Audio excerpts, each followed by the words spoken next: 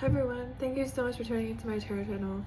I have a brief reading for the sign of Virgo, and it is a no card reading, and the main message that Virgo needs to hear is that everything that you're doing to make your life better, like self-improvement, tactics,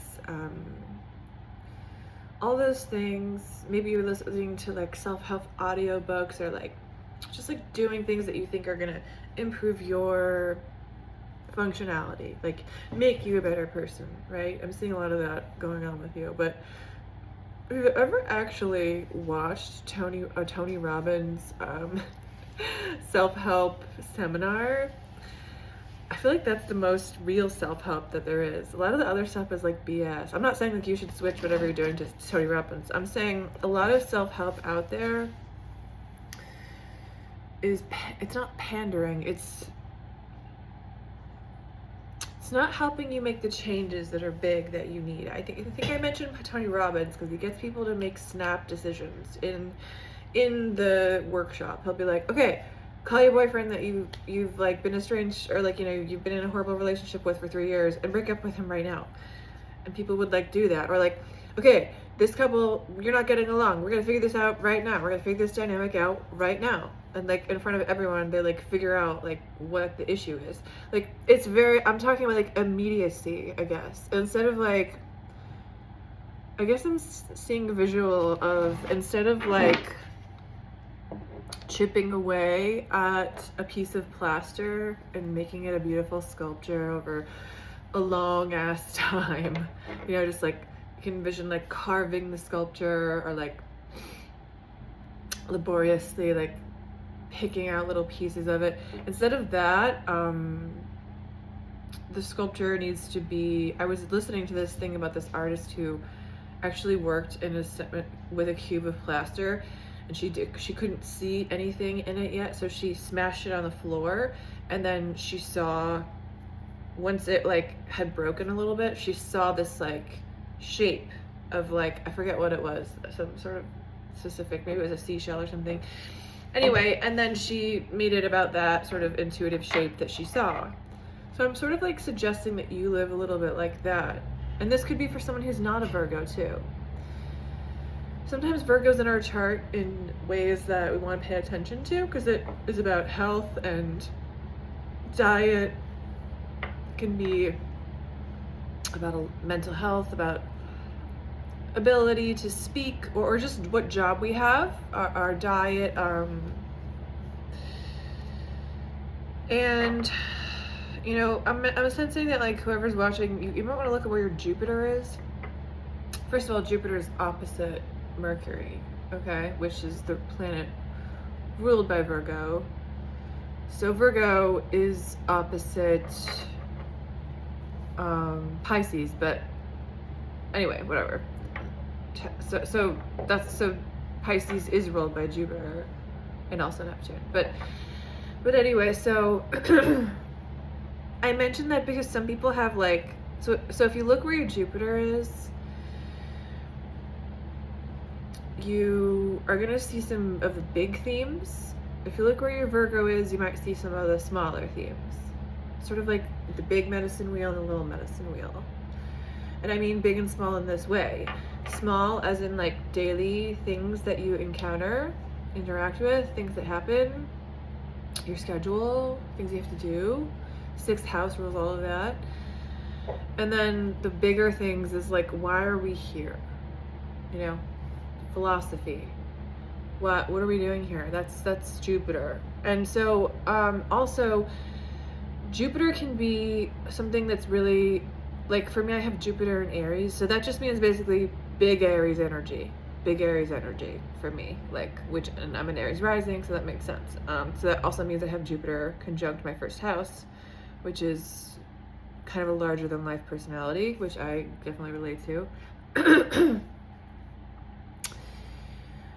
And own that. And I'm saying that you might want to look to see what's big for you. Maybe you have Jupiter and Virgo, which would mean like extreme worry, or like someone who's very like sort of OCD, or like needs things to be how they want, or very structured, very obsessed with work.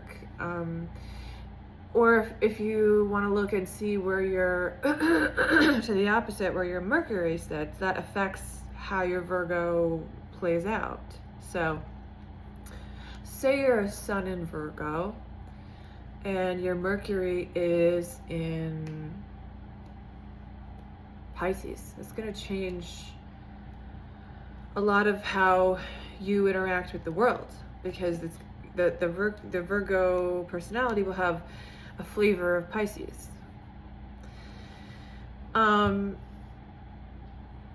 Yeah, so I'm saying that like you might want to look around your chart and see how your Virgo self is expressing, and also where your Jupiter is, because I feel like there's little things that you're taking care of with these like self-help things, but there's bigger things, bigger themes in your life that you need to look at, which will, if you look at Jupiter, that will show you like some big theme, some big essence, some big energy in your life. Because Jupiter means big. Excuse me. I'm feeling there's a lot of confusion about your identity right now, Virgo.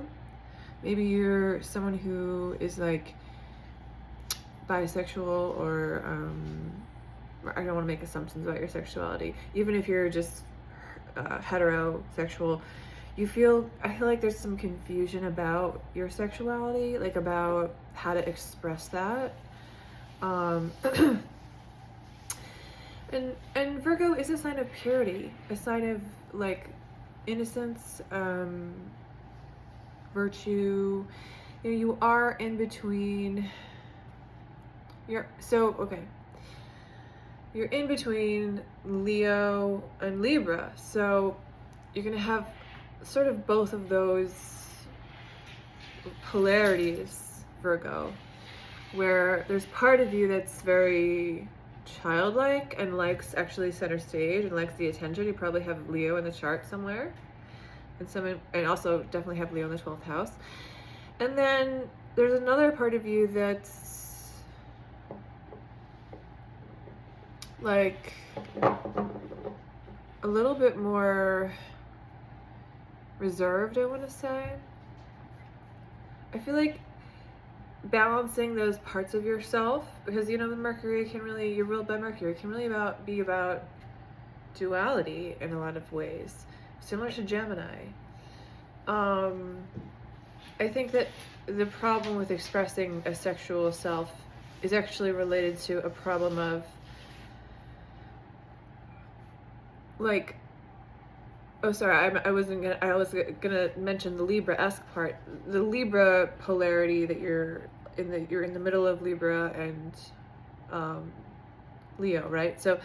So Libra is your second house, so you really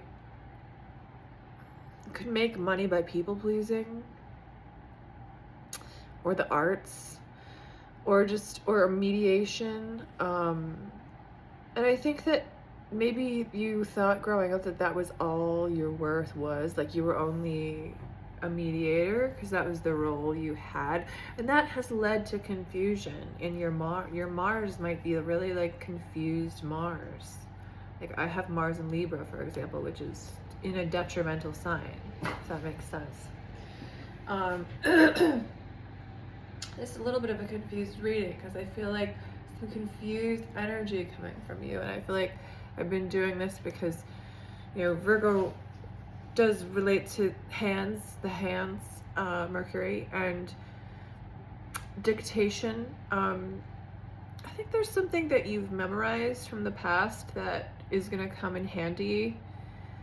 I don't know what it is, like maybe like a script or like I'm not sure, some sort of like, maybe you went to school, like maybe law school, and you memorized like a bunch of statutes or something, or you know, it could be anything. It could be that you're an actress and you memorized like a lot of plays. That's something that is related to that is gonna be coming up. And also I feel like you're gonna be using your work to heal the sexual problem. Not saying you're gonna sleep with people at work.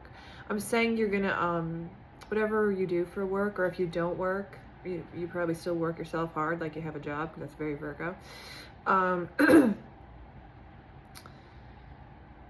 Healing the sexual block for you has to do with realizing that childhood is over, okay, leaving behind the Leo, and you can't people please everyone. You can't please everyone. Being on the other side, Libra's on your other side, which is people pleasing. So who are you? You're not in your childhood anymore. You're not trying to make everything nice. So who are you is the real healing question, and that's going to lead you to understanding your sexuality. So that's the reading, and I hope you have a great day.